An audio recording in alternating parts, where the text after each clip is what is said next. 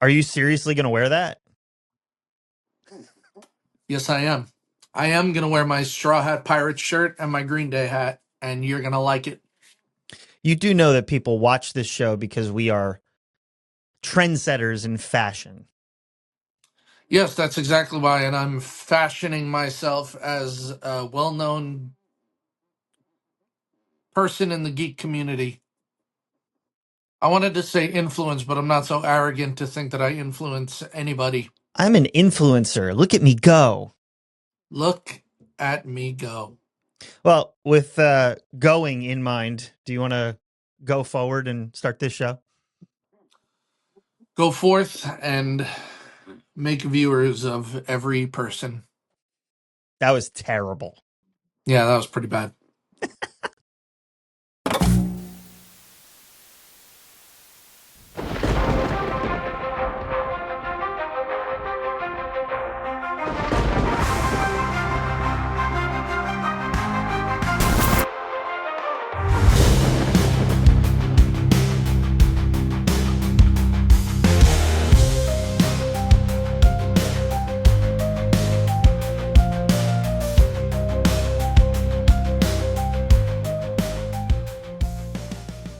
Welcome, boys and girls, to yet another fantastic episode of the Sanctum Sanctorum Podcast, where comics and Christ culture collide. I am one of your hosts, Joey.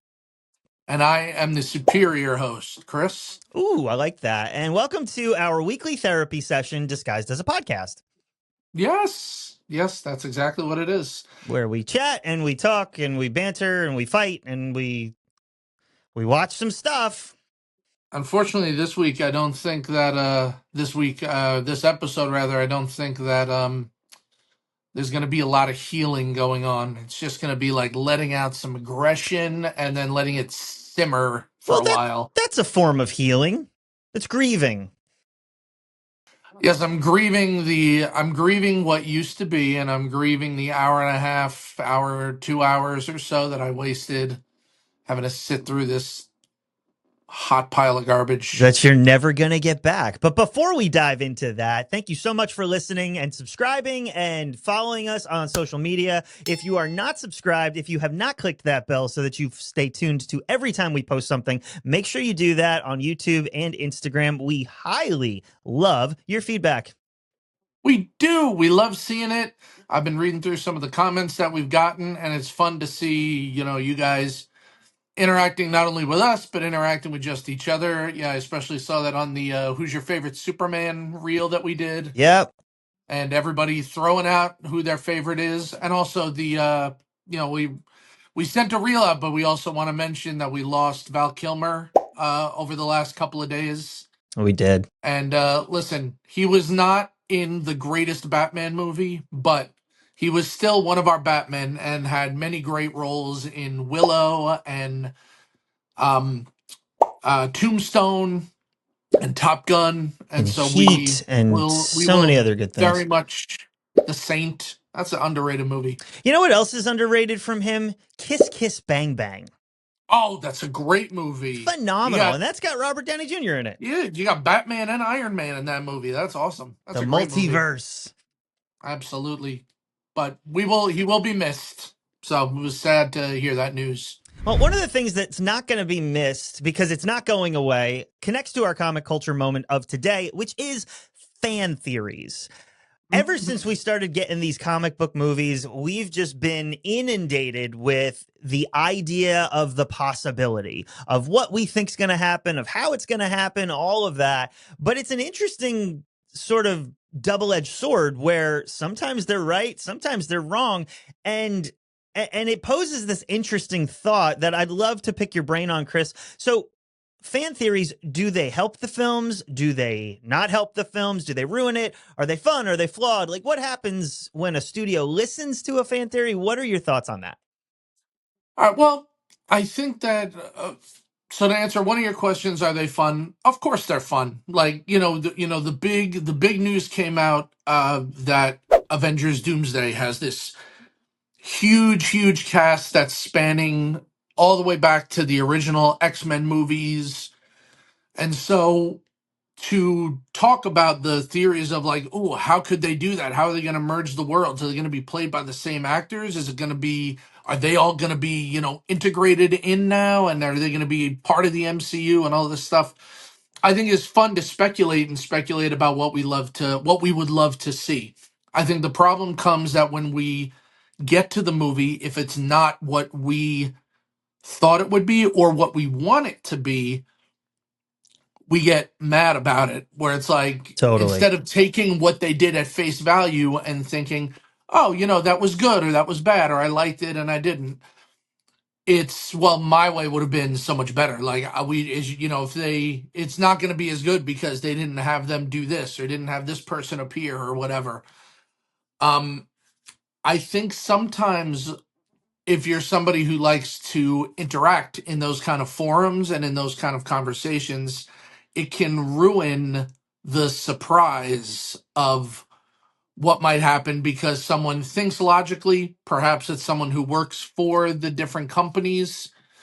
But I also see this in, when I watch wrestling. There are people who pose their theories of like who's going to betray who and who's going to leave with the title. And, watching that, it's kind of like, oh, well, I was kind of looking forward to just watching and seeing what happens. Like, I don't want to know who's going to, do that. So Right. I think that it can be fun to have those conversations, but I think there's a possibility that it can ruin the originality of potentially what could happen in the product. But what do you think? Yeah, I'm with you on it. I think there's a lot of really cool ideas out there and a lot of very invested fans that have spent time and emotional energy, blood, sweat, and tears coming up with what could be. And I feel like the What If series and the multiverse of things are sort of a clever nod to fan theories of just saying, well, this was one idea that we could have gone with, but this was another. I used to get very heavy into the fan theories. I don't know if you remember me talking to you about, like, hey, I figured out where the sixth Infinity Stone is because Hmm. each of the stones is an anagram for Thanos. And Oh, I do. boy, did I stake my life on that. And boy, was I wrong. And walking out of Infinity War, I really enjoyed the movie, but my idea, at least in my head, was better because I came up with it. And I think that that's where we run into some of the disappointment and the disenfranchisement with some of the product that's delivered because we think our ideas are better.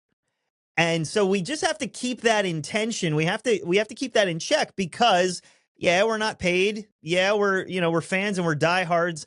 Sometimes, yes, it's a terrible thing that they've done and the fan theory would have been better. But I think if you allow the tail to wag the dog, so to speak, to where now you can't enjoy what they actually did, that's where the problem comes. Yeah, and I mean, listen, we've seen, especially in recent years, the power that a fan base has. We saw that with Release the Snyder Cut. Yep. We saw that with the redesign of Sonic the Hedgehog in Mm-hmm. the Sonic movie, where like when it mattered, when we feel like it mattered, rather, fans spoke up and said, "This is listen, you're doing this for us, and you're doing it No. wrong. Do it right if you're gonna do it. Like, nobody asked for it, but if you're gonna do it right." Yep. Snyder, like, somebody came in and redid your vision. We've been waiting all this time to see your vision, good or bad, like it or don't like it. We want to see him complete the story. So it showed that, there was power behind, fans, but is that enough to where we're going to drive this? I think it can become a problem if that becomes what studios use to write the stories. Oh, sure. It's one thing to complete a story or to maybe have a version like a director's cut or the black and white version, or something like that, or even to redesign a character or a costume or something like that. But I think that the problem becomes, man, I was writing this movie and I really think it could be cool to go in this direction, but all the fans want me to follow this direction, so we're just gonna scrap what I did and rewrite the whole thing to make them happy. Well, those just happen to be the loudest people.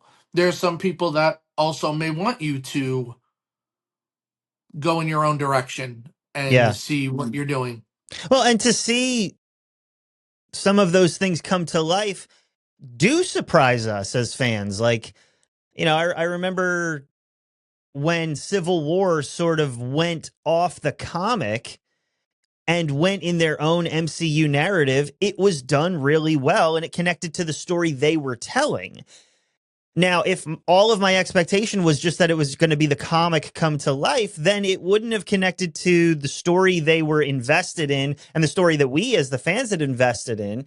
So you sort of have to have some levity, but you also have to give these creators the benefit of the doubt, knowing that at least for this iteration of our comic book films, they're telling the long game. They're multiverse in this. They're looking 10 years down the line. And some of that's a good thing, some of that's a bad thing. And then even when you bring up fan theories, it's like, well, we're making a theory based on this moment, but they've got 10 years planned already. Sometimes they pivot, sometimes they don't. So to stake all of our hopes, dreams, and aspirations into the moment that we can see is fun, but if now you can't enjoy it because your expectation wasn't met, they're playing 3D chess and we're playing checkers. Like, we have to understand the dynamic.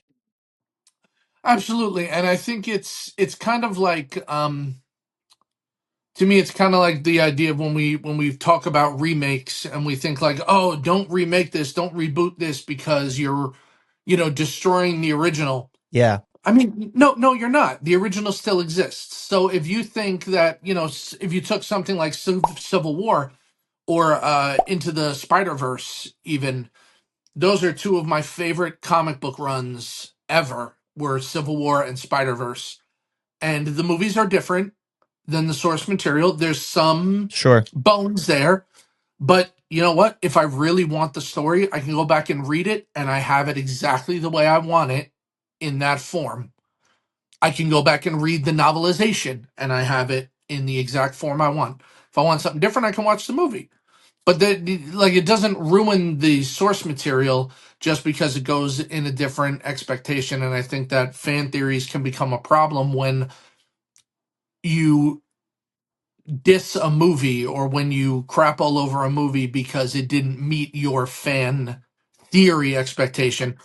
Even if it's a great movie, if because, well, in my head canon it should have been this, but you weren't writing it, you weren't directing it, you weren't acting in it, so what you want it to be is you just have to accept that it may not be what is. And I think the people that are crapping on it are critics.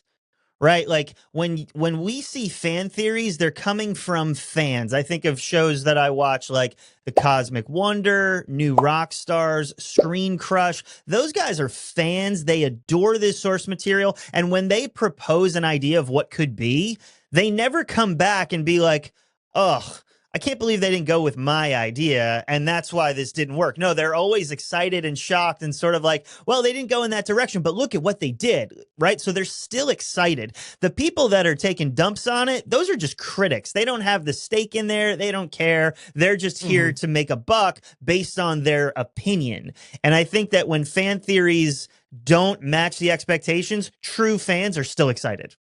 I think that's true. Like, I think a perfect example of I have been very clear that I don't like the idea of casting Robert Downey Jr. as Victor Von Doom Well, that's because you're wrong. in Avengers Doomsday. Listen, maybe I'm wrong. Maybe he'll be great. If he Maybe. wasn't, well, here's the thing. If he wasn't already Iron Man, I would be 100% on board to see what he does with it. But If it's Evans wasn't already Human Torch, maybe he'd be a good Steve Rogers. See, I look at that differently only because he established himself as the Human Torch, took a break. The character never died; they just stopped making the movies. He took a break, then he became a new character in worlds that were unconnected. At least at the time, they were worlds that were unconnected. This is we're only a couple of years after um whatever it's called, Endgame, Endgame? where Iron Man dies. And now it's like, Allegedly. ooh, we did bad things since then. Let's bring him back. Yes, I can see what you're saying, but My fan theory with that is it should be someone else as here we go. Doom. All right, so take 2 minutes. Give me your fan theory about how that's gonna work. Since we're talking Doomsday, it's on About everybody's how, tongue. How does Robert Downey Jr. being Doom work from a fan theory perspective for you? well, it would have, well, okay, it would have worked if he wasn't Iron Man, but since we're in the world where he was Iron Man, Yeah, just and take that all off. of these characters that knew Iron Man are appearing in this movie, so they say, I think the only way it's going to work is if he is the Iron, if he is the Tony Stark version of Doctor Doom, which has happened in the comics. He was a variant where it was Tony Stark in the Doom suit, and it's not Victor Von Doom. But the reason I don't like that is because he's supposed to make his first appearance in the Fantastic Four First Steps movie, where he should be Victor Von Doom, because that is the biggest Fantastic Four villain. So if you're establishing the Fantastic Four, you need to establish their world of villains. You know, you're doing Galactus, you're doing a version of the Silver Surfer, you need to do Victor Von Doom. But if you're gonna have Robert Downey Jr. play Victor Von Doom, I think that that's a problem. It doesn't work. It only is gonna work as if he's a variant of Tony Stark I who agree with dons the you. Doom suit instead of the Iron Man suit. I agree with you. The pushback I'll give, and sort of my fan theory, is that we have to remember that we as the audience know him as Tony Stark. Based on the casting and just the piece of the casting that we've seen, not everybody knows him as Tony Stark. 616 knows him as Tony Stark, and even all the heroes that we know in the MCU aren't even 616. So I'd say a third to a half of the characters that we know are going to have an emotional discontinuity with the fact that this bad guy looks like our hero, but that's it. That's not everybody. You've got an entire X-Men department that has no concept of what the snap is. So there's a lot of opportunity for us to develop this character without the nostalgia or the feeling of like, oh, we're pulling the same actor. Like, nope, this is a multiverse. Anything can go. I mean, I think you're right. I think that, you know, we have to take into account that a lot of the characters that they say are going to be in it won't know are, you know, the main continuity version of Tony Stark. So I guess it could work, but my fan theory is that for it to work for the audience, at least for me, for it to work, it has to be a version of Tony Stark. But then that doesn't work for the Fantastic Four. So I that's why I'm not. That's why I feel like it can't work regardless, because something is gonna hurt because of it. It's gonna hurt something because of it. And that's the interesting part, right? Like it has to work for fans, it has to work for our theory, but it also has to work for the story and the characters within it. So it'll be interesting how they pull it off. I mean, look, I'm not gonna not see it, but I'm gonna be very hesitant. Listen, nobody thought Heath Ledger could play the Joker. Nobody thought Ben Affleck could play Batman. Nobody thought that Christopher Reeve could play Superman. Nobody thought Chris Pratt could be Star-Lord.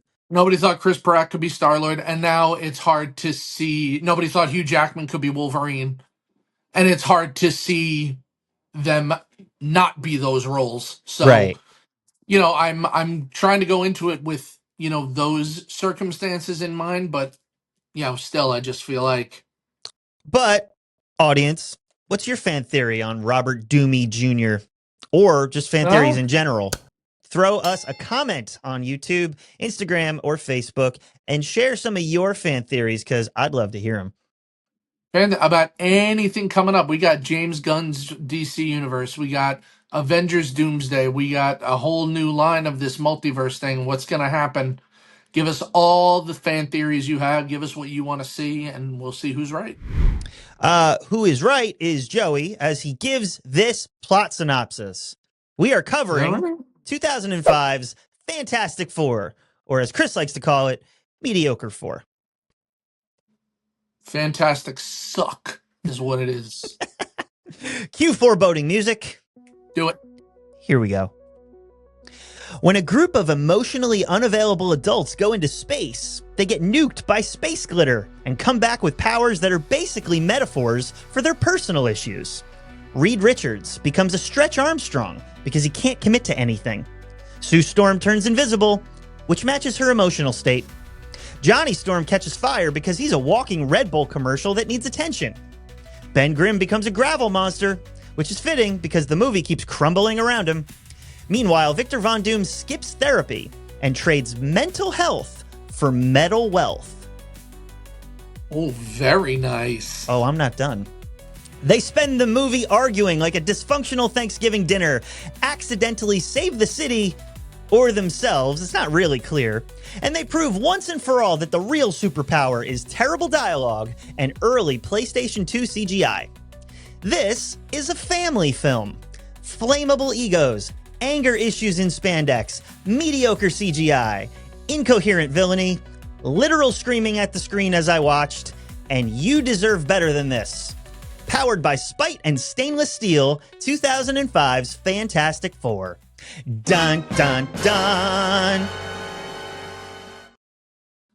Well, the ending of that could not have been more accurate about everything that I felt while watching this. It's a flawless film. Yes, a flaw-filled film. Exactly I remember, like you said. We covered this in a previous iteration of the show, and I remember we argued a lot about this because you were a staunch defender of the faith, of the Fantastic Faith Four. There's still good stuff in this.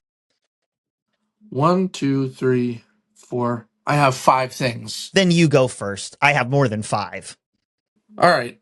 First thing, I'll say it. Chris Evans is great. He's great. He is Johnny Storm. He is. We saw. Now he's also Captain America. We saw in. We talked about in our review of Deadpool and Wolverine that it was so cool to see him reprise the character. Yeah. And it felt like he hadn't skipped a beat from, the last one was 2007 to 2024. Yeah. So that was really, rewatching it with the revamp of him in mind, what made me enjoy it more. He's funny. He fits the character well. I think he does a great job. The design of the Thing. Now, here's why I'm okay with it. It was Michael Chiklis who plays the Thing. Oh, which, by the way, the movie stars Michael Chiklis and Ian Gruffudd, Chris Evans, Julian McMahon, Jessica Alba, and it was directed by Tim Story. I forgot to put that part in. It's all right. But we're still recovering from how bad it is. Yeah, my mind is kind of all over the place. Michael Chiklis refused to do the movie unless it was a practical suit. If they were going to CGI the whole character, he didn't have interest in doing that. Now, look, it's 2005 standards. It doesn't look terrible. It doesn't look great, but it doesn't look terrible, and I think that it's better than what we've seen since so far. Well, yeah, and we can't not talk about the Fanforstic and how awful that film is, but at the same time, watching this, first thing I wrote down in good is the prosthetics are awesome. I agree. They look comic-y, but they're real. They're vibrant, but and some of this is the sound editing, which I don't have in there, but like when he rubs himself or like touches something, it's very well sound edited. You hear the thud, you feel the thud, you hear the scratching. Like you're not going to get that in just the camera. You're going to edit that. And the way that they mixed the two, I thought brought the character to life really well. Yeah, I thought that was good. I thought that they still did okay with giving him some facial expression, and you could tell. I think that it worked well for when it was and what it was. I think that it worked well. I love this is just me because I'm a fan of the band. I like the Sum 41 needle drop when they're snowboarding. Yep. That's cool. I have that as it's a product of its time. Oh, it's absolutely a product of its time. You're not going Yeah. to put Sum 41 in a movie now, but that was fun, especially since I just finished reading Derek Webley's memoir, Oh, nice. Walking Disaster, and so they've been on my mind, and so that was fun. Do you have a fat lip because of it? Do I have a fat lip because of it? Yes. Does it look infected? Nice. Because that's an album name. Mhm. I don't mind the scene on the bridge. I think the scene on the bridge is a fine introduction. Which scene on the bridge? What do you mean, which scene? I mean, there's a lot that goes on the bridge. Are you talking about the attempt? Are you talking about the heroism? Are you talking about trying to pick up the ring? What are you talking about? Oh, from when I actually don't mind the whole thing. From when you see things sitting on the bridge and there's the Yep. guy who's about to jump off, all the way through Doom's assistant saying, "Oh, there's a bigger story. Larry King canceled." I like that actor. Oh yeah, oh no, he does a fine job. He's great. But I like the bridge scene. I think that I have issues with that um the whole thing with Ben and his wife, but I think that Yeah. scene is very moving of trying to pick up the ring and being unable to, everybody watching. It's heart I think melting. it really is, especially because I feel like the movie is really about him. In ways, yeah. I mean, there's some really great lines that he pulls that are like, Yeah. ooh, this is more than a comic book movie. But Yeah, it's there's all centered around him. He's really the heart. Sorry, he's the foundation, the rock of this film. the cornerstone. Nice. Yes. Uh, so two other things I have. I like the introduction of Alicia Masters. I think that having Kerry Washington play her was great because she's great. But I think that I mean, we're not talking about the Rise of the Silver Surfer, but No. I think that the second movie, instead of Galactus, should have featured Puppet Master as the villain because they introduced Alicia. Alicia Masters is the daughter of a Fantastic Four villain called the Puppet Master, who uses this mystical clay to make kind of like a voodoo doll, where he makes people that really exist and can control them Huh. by controlling the puppet. And I think that has some really cool concepts that could have been used It's not instead of a creepy at giant all. cloud eating the planet. But so I liked the introduction Justice because for it Galactus.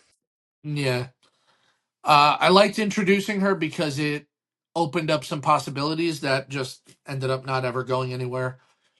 The last thing I have, I don't love what they did fully with Doctor Doom, but I think Julian McMahon was a good choice. Yep. I think he does a really good job with what he's given, and I do like his design that you see at the end of the movie. I like the design because I've never liked Doom wearing that little mini tunic thing with the cape, so I think giving him that floor length robe with the hood and all that, I think looks very cool. Everything That's else fine. around it doesn't work, but I do like how Doom looks. Yeah, the cape and the hood aspect, the very flowy nature of that, yeah, that's fine. And the helmet is spot on. It is Is it? right out off the pages. So it's a full helmet. Yeah, when you see him when he takes it out of that thing, it looks like it hinges open and you Yeah. can put it on like this and then connect it. The fact that he has it at all is a little ridiculous, Yeah, but it makes no sense. it looks really cool. So Okay. I like the way he looks with the mask and everything. And that is it. That is it. I have a few more That is things. that is entirely it. I had all 5 of those plus more. Um Stan Lee cameo. It's great. Oh, yeah. Can't go wrong. It's not the best. It's not his best, but It was still early days of Stanley cameos in comic book movies, sure. so But, there's more of an interaction than some, right? Like even in Captain Marvel, he doesn't say a word. So at least there was interaction, okay. and I liked that. Stanley also cameos, when is it? I think at the end of Civil War as a Yeah. FedEx guy. Tony Stank. In your head canon, did Willie the mailman graduate to Willie the FedEx driver, and it's the Oh, same Willie? no. Oh, all right. Okay. Um, the movie is fun. If you want, Is it? if you're looking for fun, it's fun. In the same way you would just throw on Ride Along or Barbershop, and this connects to another of my movies. Another one of my points. The way you would throw on a Kevin Hart stand-up, the way that you would throw on Shaft, it's fun because it's directed by Tim Story and it feels like a Tim Story movie. This was very early Marvel, to where they didn't really have a style. They didn't Yeah. have the cookie cutter, this is how Marvel movies feel. And so the directors really embodied the movies the way that the rest of their catalog did. And the movies that I listed, Barbershop, Ride Along, Kevin Hart's stand-up films, Shaft, like those are Tim Story movies, and this feels just like those, and those are fun. I didn't say it was well written. I didn't say it was well acted. I didn't say it was good. I said it was fun. Well, again, none of those are things that I would just throw on for background noise. None of those are Sure. on my list of I just need noise in the background. Let me put that on. So that's why this wouldn't be one of that wouldn't be one of those kind of things for me. It wouldn't. Understood. You talked about Victor. I liked how his descent into villainy was slow. Yes. Everybody else is sort of like, yay, powers, yay, let's just go abuse them. Yay, let's go figure this out. Let's have a montage of all these abilities. Victor was a little here, a little there, and then at the end, he shows up. Some of that's a pacing issue, but I liked how it wasn't just, okay, we all got the same thing, and we're all dealing with full ability right now. And I like that it was about his vanity, too. Yeah. That it wasn't just power and money. It became about his vanity and his inadequacy. You know, Sue Totally. wants to be with Reed. His company fell apart. The mission failed. So it was all about his failure, including his failure at being, a handsome billionaire. Yep. Kind of bled into why he became a villain. I think that was cool. And the last good thing I have is the Dolly zoom shot, sometimes known as the vertigo effect, from the 1958 movie Vertigo. It's an iconic film trick, and you know it when you see it. It's actually really hard to do. You can see it in Vertigo. You can see it in Jaws. What you need is a dolly for the camera, and while you're zooming out physically, you're zooming in with the lens. And so it gives this very disorienting, discombobulating image of where you're sort of getting fixated on the protagonist in this case, actually the antagonist, but that's another thing we're going to talk about. You're focused on Doom while everything in the background is zooming out. Yes, that's one of my favorite kinds of shots. And what's even more meta in it is that the line on top of it says, "We're pulling out." It's when he's losing his funding. And so I just sat there and I actually rewound it like 3 times because it was so well done. I do love that shot. It's always done when somebody is like surprised or when like they realize something is like coming at them or whatever. And Yep. you see everything in the background fade out, but they're like getting closer. Yeah, it's very cool. It's It's a great. cool shot. That's the end of the good. It sure is. Do you have any other? I have one other. I have, one other. Okay. My only other is I don't love the humor in the movie for the most part. Sure. But I think that sometimes for the time, it worked how they were referencing what their powers were with some of their lines. It's just pun Like city. let's take your temperature. Wow, you're hot. Thanks. So are you. Oh, Ben, how are you feeling? Solid. You need to be a little more flexible. I feel like I'm being like stretched in all different directions. I Yeah. just want to be seen. I feel like I'm invisible to you. It's like, okay, we get it. Like, yeah, we bought the ticket. We get the powers. The only one who didn't have them It's Doom. is Doom, but that's because he had the giant statue of him made out of metal with bolts in it. That's the first shot of the movie. Is his big metal head. His big old head. The only other that I had is sort of a hot take, and that is that this movie actually works better if you go back and watch it with Victor as the protagonist. That the Fantastic Four are actually the villains, and he's like losing everything around him. He's trying to help where he can. He's trying to help humanity. He's trying to save his business. He's just a guy who got a crappy deal. And with that, the movie sort of works. So this dysfunctional family are just working together to bring down this They're harmless, villains. frustrated billionaire who did nothing wrong. This guy just needs a break. Yeah. Oh, yeah. Speaking Yeah, he needs a break. speaking of a break, we're going to take one right after a word from our sponsor. As a kid, we all dreamed of being an astronaut, but knew it took rigorous training, stamina, mental exercises, and bravery to go into space. Well, we here at Von Doom Space Camp don't worry about any of that. All you need to go to a multi-billion-dollar space station in a multi-billion-dollar rocket is to either be or know someone who's really, really smart. Here at Von Doom Space Camp, our only requirement is 75% of credit for whatever findings you may discover while you're up there amongst the stars. Who knows if you'll discover DNA enhancing storm clouds, cosmic space aliens that want to devour planets, or portals into the multiverse? We sure don't. We sure don't. Call now and book your space training at Von Doom Space Camp, where we have everything you need except the training. Yeah. Which The end. which segues right into the bad. I'm going to kick it off. That does segue into the bad.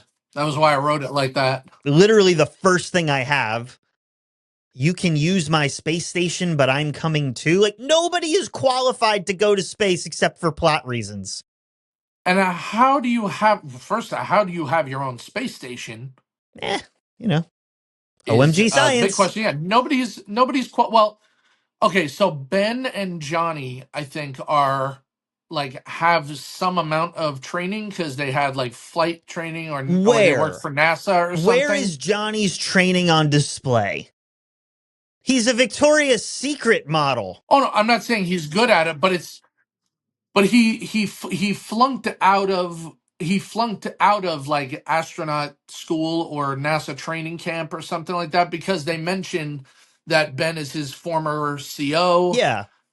And so he at least has some sort of flight training, but at the very least, But he flunked out. Victor and You'd never Victor do and that. Sue have no business up there. You would never do that. You'd never be like, oh, he's my brother, but he flunked out, so he's more qualified than this guy who trained him. It makes no sense. That is nepotism out the wazoo. The Nepo baby. Reed's science footprint is all over the place. He's an expert at physics, astronomy, biology, chemistry. I don't care that you're the smartest man on earth. You don't have this much coverage at this level. You just don't.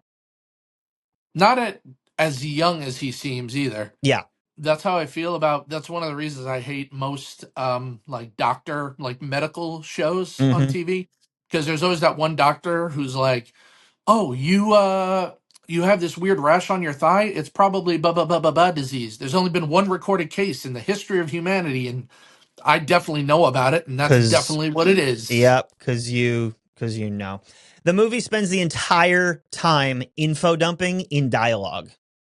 Mm. And it's clunky. They don't do that very well. They show you almost nothing and explain everything. Yes, which should be reversed. Show, don't tell. Anyway, I don't know if you noticed this, but I watched this movie in my headphones. The classic Wilhelm scream is used constantly. Oh, I did not notice. Constantly. I counted at least 10 times. And it's like, it's not even used appropriately. Like, that's sort of a comic, lighthearted approach when like bad things are happening, but you need a little bit of levity. It's like, these things are really bad, and you're just peppering it in because you thought that a video editor in 2025 wouldn't catch it. But we did. I don't think it's. I think it's only appropriate to use in animated comedies. Yeah. Honestly, because I like they've used it. They use it in Star Wars. They use it in movies where it just feels like, wow, this is like a really epic scene. Wow, these characters are gonna die, or wow, this big battle's happening, and then that happens. It's like, well, that took me right out of it, Yep. and now I don't care that character just died because they screamed like Goofy. There is no reason or explanation on how they got back to Earth. They just did. That's dumb. Yep. Same thing with the powers. It's not really explained why everybody got a unique one. And also why they were quarantined instead of at a hospital or by the CDC. It Yeah. was just like, oh, Victor's private medical facility. Uh-huh. Yeah, that doesn't make any sense. Yeah, why did they get different powers? And speaking of that, why did the cloud show their powers? Yeah. As it hits them, you see the fire, you see her turn invisible, you see him stretching.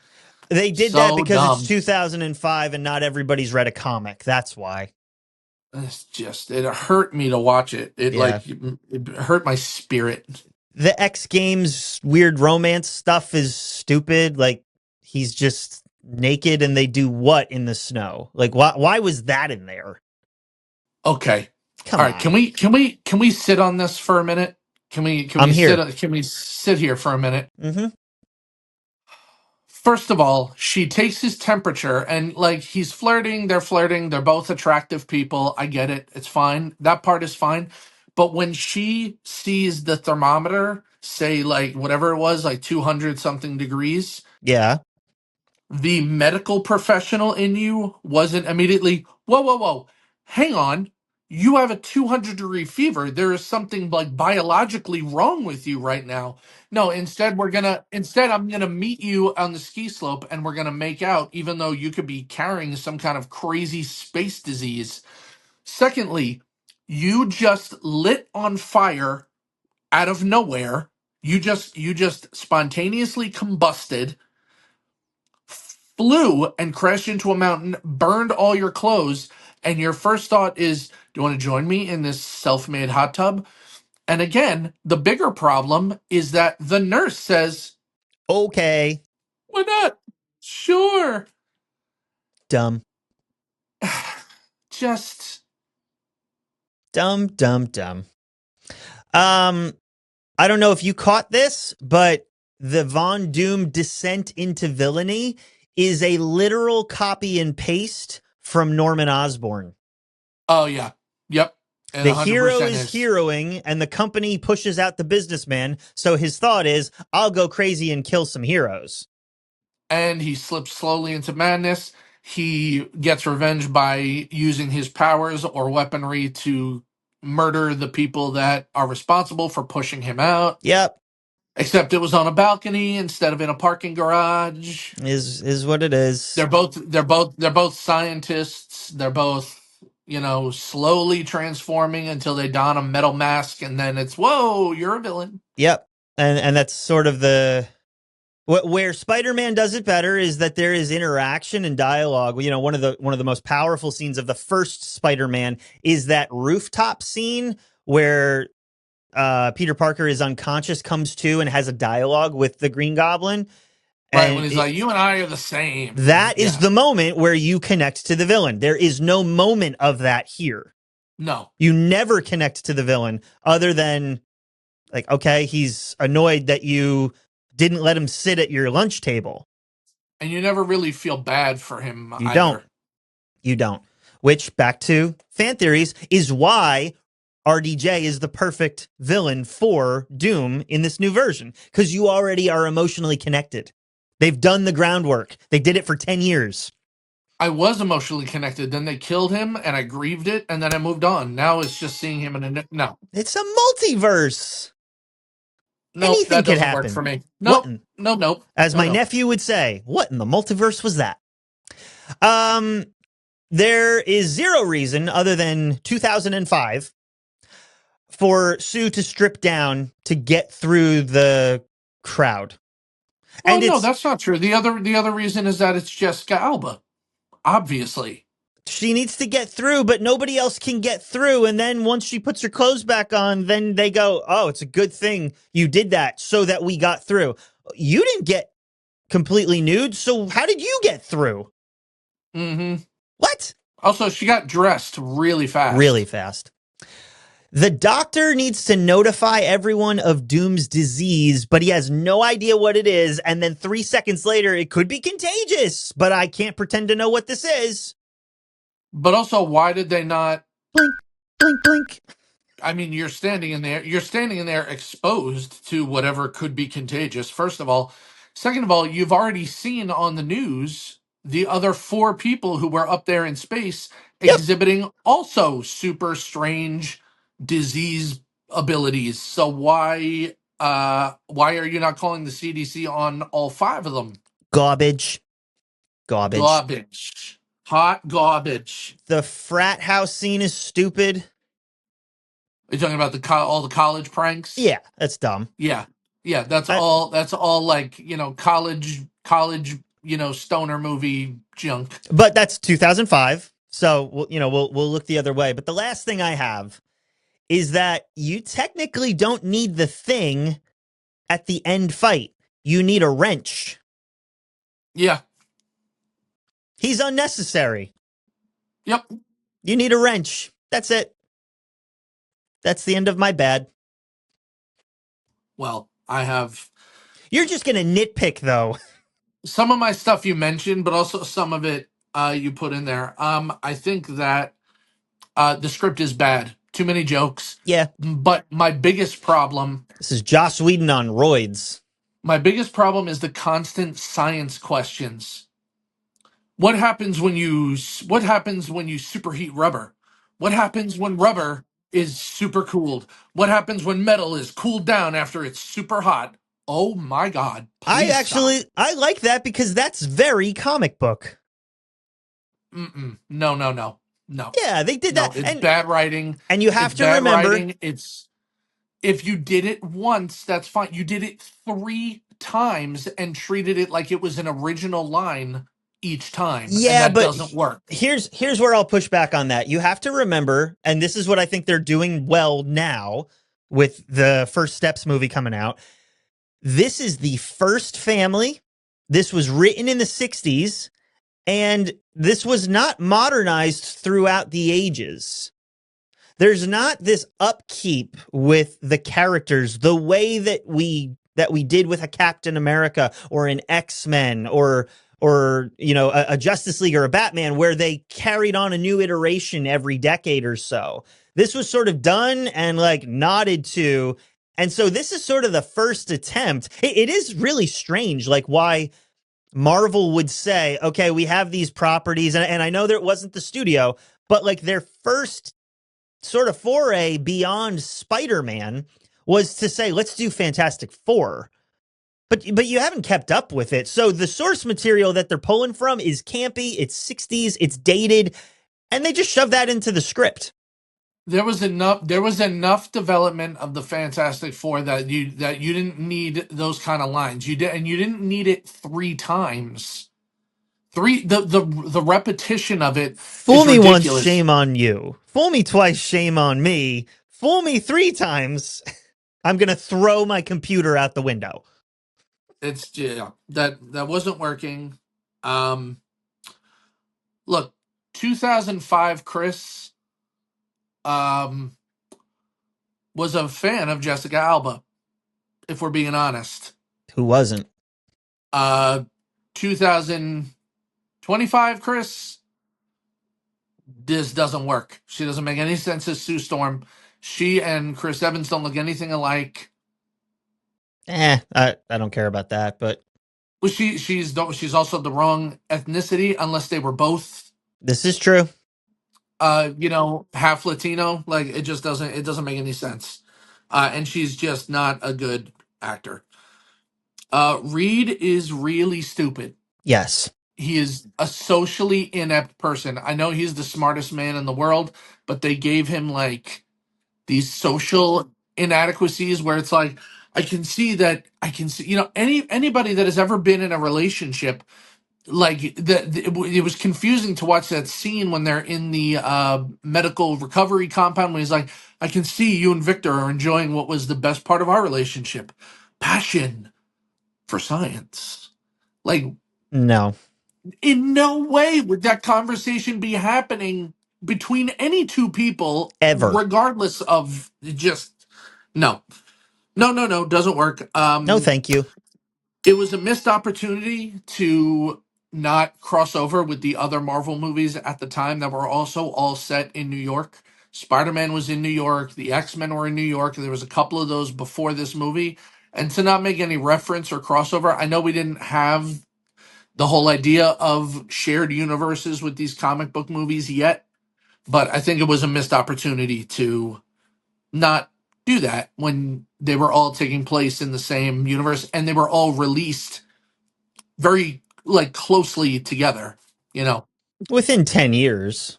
Right, but I mean, okay, so Spider-Man 1 and 2 was 2002 and 2004. Yep. Fantastic Four was 2005. X-Men 1, 2 and 3 was 2003 and '06 or something. So they were all close enough Sure. that they could have.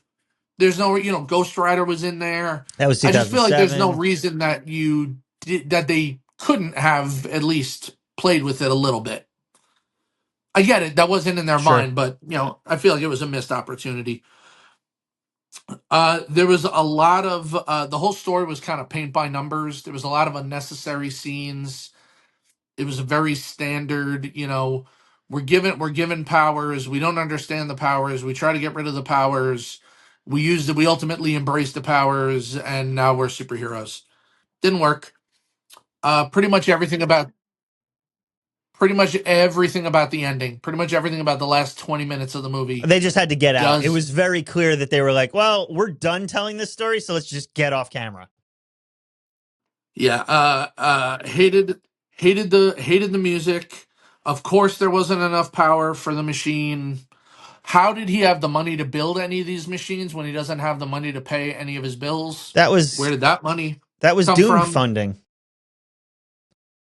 What, making the machine? Oh, okay. That's All Doom right, that's funding. fair.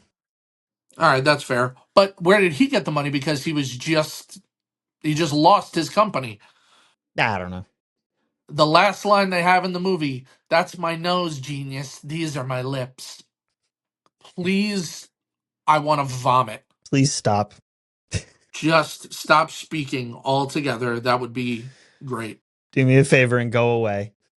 Reed testing the machine on himself and just melting into a pile of goo. How did he get back to normal?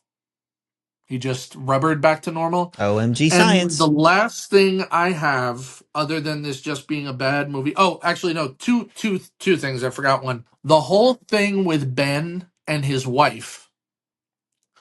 She wasn't questioning why he wasn't home.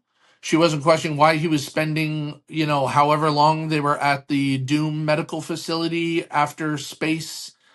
And then the fact that the first sign of trouble, she leaves him.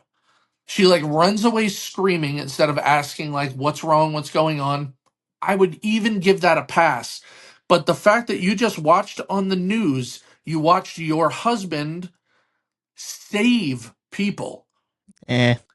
like using superhuman strength and power to save a bunch of firemen, to save a bunch of people, to stop a man from jumping off the bridge.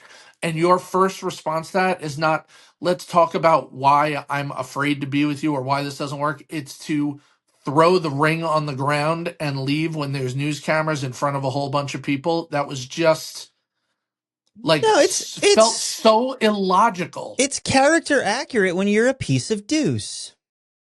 I guess, which is what Deb is. Oh, Deb. And then my last thing, and to me, the biggest problem of this movie, as much as I love the Thing in the movie, the biggest problem is the fact that he goes in the machine and he transforms back to human. Mm-hmm. Okay. And then, oh no, what have I done? All my friends are in trouble now. So I'm going to go back in the machine, albeit without Doom's little burst of energy, Reverse card. and turn exactly back into the same with the same powers. Yeah. And here's also why it doesn't work. They were hit by the cloud. It took at least 4 days for him to transform the first time because he was unconscious for 3 of them. And then there was probably about a day that they were all just like, talking there and eating and all that stuff. So there was at least 3.5 to 4 days that it took for him to transform the first time. This was done in minutes. Yes. And then he just ran to downtown Yes. to help fight. Do you know at the last why? minute. Because it's clobbering time. Terrible. Well, that was the prototype. Yep. Although I did like that. Did you see that prototype is very comic accurate, and it looks like the Fantastic Four of what we're getting? It's a cool toy. Yeah. It's a very cool toy. I want that. You got any spiritual stuff? Boy, it was A slog? It's not easy to take something so terrible and find some real. But it's our calling, and it's what we're here for, and it's why people watch this show. Yeah. But I do have some spiritual stuff. And to me, one of the things that really stands out is the idea of a calling. Well, what do you know? There's a scene when they all watch Johnny doing like motocross X Games stuff, and then they confront him about being so brash and not, taking the time to figure out what's going on. And Johnny says to him, like, did you ever think that this could be a calling? Like maybe we're called to do something bigger. Now for Johnny, to him, the biggest calling is making money and women. But I think the point still stands. There are times where we are put into positions and circumstances that we don't like, that we don't understand. Like, why did we end up here? But a lot of times, I'm not saying every time, but a lot of times it's for a purpose. And God has called us there for a reason, whether it's that we need to grow in a certain way, we need to learn something, we need to be there for the benefit of someone else. And all we can do in those moments is that we have to trust in God's guidance. We don't always understand or like our callings. We're not always ready to embrace them. We're not always ready to take part in them, but that doesn't make them any less of reality. You know, in Romans 8:28, it says, all things he works together for the good of those who love him, who have been called according to his purpose. So God has called us according to a purpose. God has placed us in situations not by accident, and it's our job in those moments to answer the call and to be like Samuel and say, here I am. I'm listening. Send me. I'm ready. Like, I didn't recognize that this was you at first, but I see that you've put me here, that you've allowed this to happen because you need to use me for something. Here I am. It's awesome. Mine was ironically the same scene, and it's a different line. One of the few good scenes in the movie. Yeah, it's a different line though. Johnny and Reed are arguing, and he says, you need to think before you act. And the line was, yeah, that's your problem, Reed. You always think and you never act. That's a great line. It's such a good line, and it applies to our spirituality because I think sometimes we over spiritualize things in our walk, and we hide behind thinking or praying or waiting, but we never do. Right? We hide behind this endless reflection, this processing. And what we're doing is we're convincing ourselves that we're doing a good thing, which is waiting on God. We don't want to be too rash. It's one of the things that I struggle with the most. I'm very impetuous. It's sort of the shadow side of being productive. But in reality, if we're hiding too much behind, I'm waiting on a sign, or I'm just thinking, or I'm just processing, I'm praying, what we're doing is we're hiding behind God to take a step of obedience. James has a verse in the first chapter, verse 22. It says, "Be doers of the word and not hearers only, deceiving yourselves."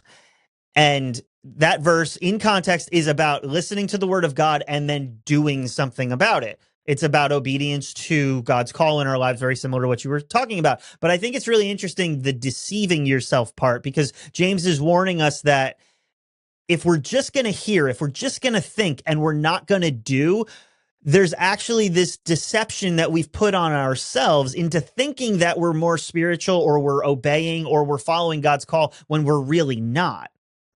And then we over spiritualize our indecision, and we risk paralyzing ourselves and our faith. And, all of that to say, like, I'll just be clear. Prayers and planning are important, but they are incomplete without action. 100%. And I think that's where faith comes in, right? Like, no, you're not going to know exactly how it's going to land. You're not exactly going to be able to explain this, but that's why it's called faith. And it requires a step. It requires an action on us. What we can't do is just hide behind thinking or praying or not doing. We have to then move into action. I love it. And you're absolutely right. So if we can even blend these two together, it's like, recognize that the circumstances that you're in, that God is with you and God has called you, and take a step. Totally. Don't just sit in it and pray and then wait for something to happen. It's time to make a move. Here's a move. I've got a bat rating that is undoubtedly higher than yours. It is. I can tell you that if I could have gone lower, I would have. No. Yes.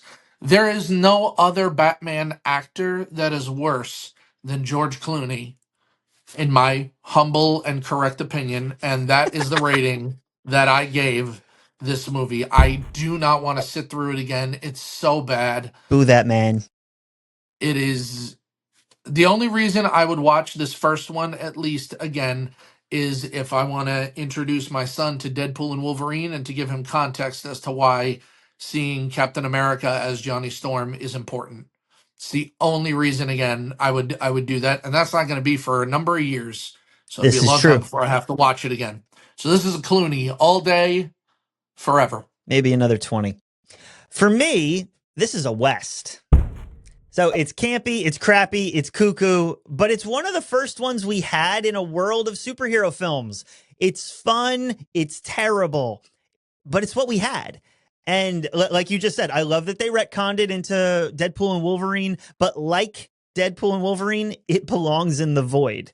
It's great for the time, not for right now. It's a West.